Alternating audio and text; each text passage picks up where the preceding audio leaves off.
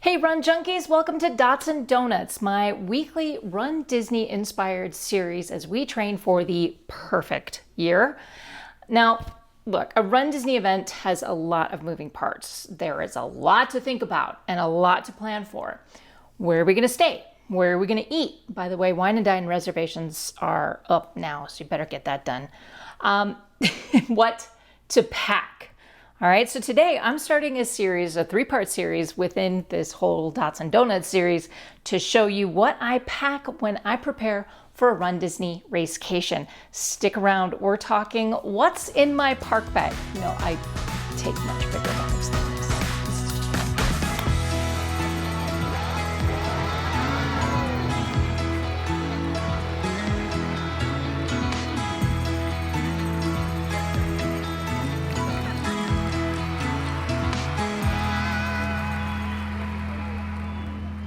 Now, there are differing opinions on how much you really need to bring into the parks, well, or pack at all.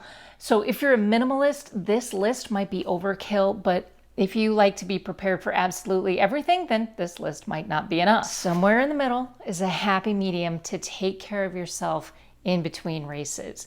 You've been up early, you've been very active, and you still want to enjoy the parks without overdoing it. The way I do this, I generally opt for a mini backpack like this.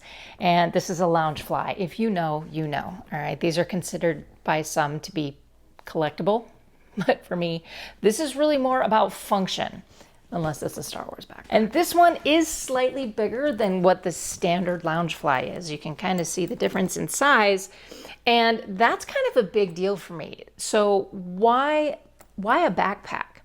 Look, anything that's going to rest on one shoulder is going to create some asymmetrical alignment problems and probably some soreness. So a backpack it is, and I use it over both shoulders. What do I bring to the parks? Now, generally speaking, I carry my electronics, my cameras, I have a charger, I have my clean stuff, hand sanitizer, tissues and such, fuel, snacks, water, and the various other things that keep me happy and healthy, or at least keep me from getting grumpy. Now, you could purchase some of these in case you forget to bring them for that wonderful Disney discount of probably 200% of regular price. So let's start with the must-haves. First up is sunscreen, right here. Need I say more? Probably not, but this is the first thing that you should pack in your bag, along with a tube of sunscreen lip balm. Also important, rain gear. It's Florida. It could pretty much rain every afternoon.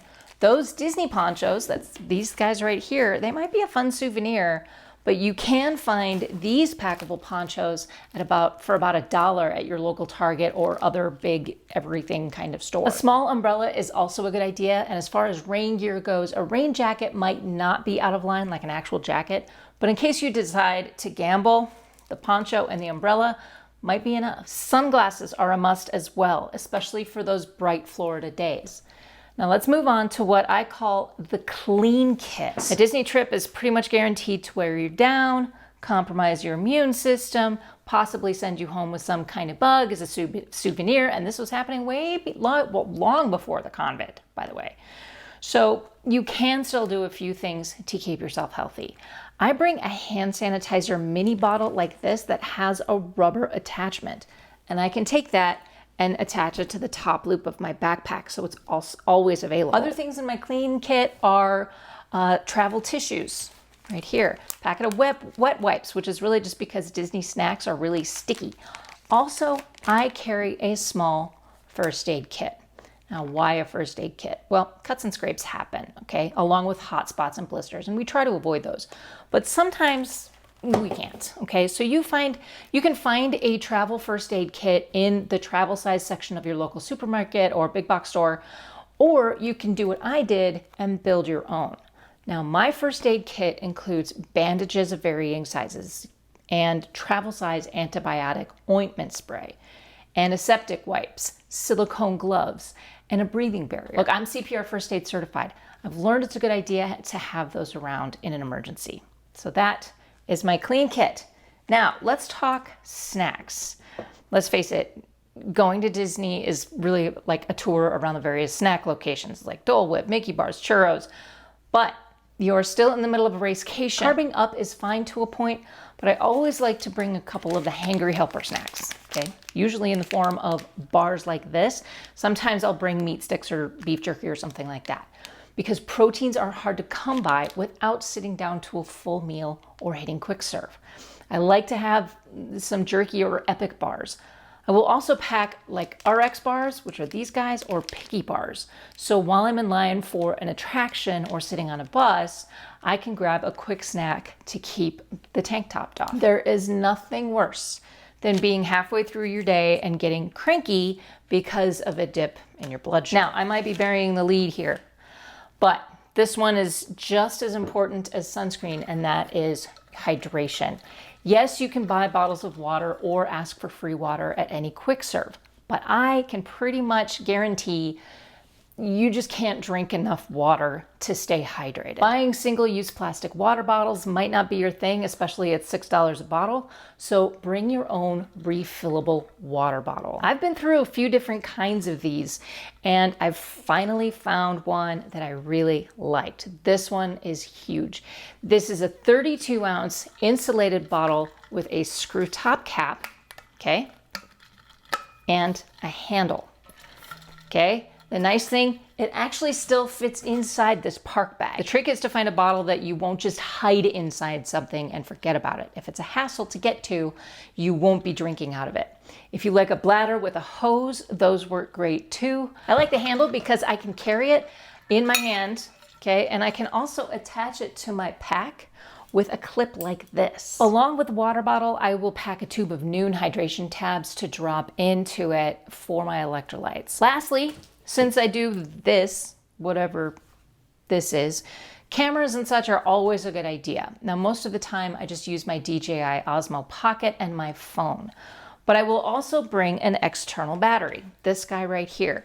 When you're running something like the My Disney Experience and Disney Play and Genie Plus all day long, that might suck up the battery very, very quickly.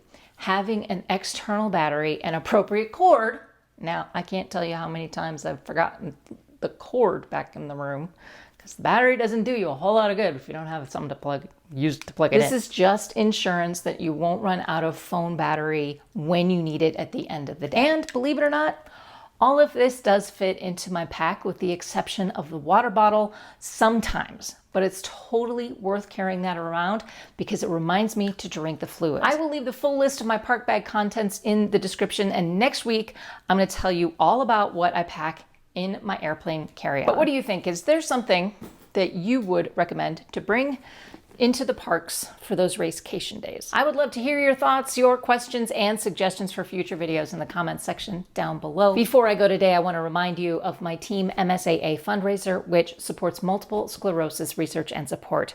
There are so many ways you can help, and you can start by following me over on Instagram at Coach Heather J, because that is where I'll be posting in my stories the different sponsorship opportunities. And those include sponsor a mile. There are still miles available for the Dopey Challenge. And for every $10 you donate to Team MSAA, you may select the mile you want to sponsor. For that, you will receive special recognition during the race recaps right here on the channel. And don't forget about BOCO Gear Runners Without Limits hats and visors. See the details about that in the description. That's going to do it for me today, you guys. Thank you so much for watching. And until next time, remember, you have no limits. Happy running.